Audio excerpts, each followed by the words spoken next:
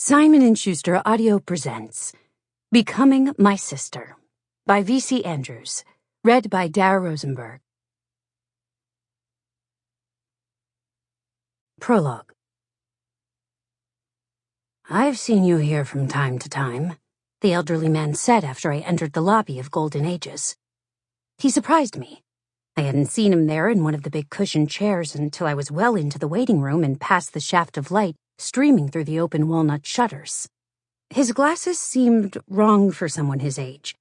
They had pinkish frames and extra-large lenses, which made me think of a young Elton John. He wasn't gaunt, however. The thinness in his frame suggested he might be in his late 80s. Gray hair ran a little long around his ears and down the back of his neck. Small brown age spots peppered his forehead. He must have been a redhead, or maybe a blonde with a fair complexion because he still had freckles, too. He wore a dark blue turtleneck sweater with a pair of fading baggy blue jeans and couldn't have been more than 5'7" or 8. Yet he appeared to have long legs. With his black running shoes and thick white socks, he had the look of someone who had once been quite athletic, perhaps a runner. "Yes, you have," I said, and sat on the beige leather settee across from him and slipped my paisley triple-zip messenger bag off my shoulder, clutching it in my lap like someone who feared it would be snatched. Today I was wearing my bohemian V-neck long-sleeved single-breasted dress. I wasn't always so fashion-conscious. My sister, Gloria, was more like our mother than I was, a fashionista who would fine you for matching the wrong shirt with the skirt. Although long-sleeved, my dress was a light cotton. It was early fall, but by the tips of its fingers, summer was hanging over the gorge of darker, cooler days and nights. Leaves had yet to turn, even at the higher mountain elevations.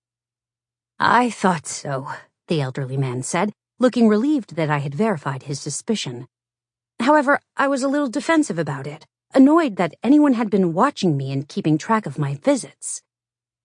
"From time to time, when I can, I come," I said, sounding more like my mother, who could turn a consonant into a razor blade in your ear when she was even slightly irritated.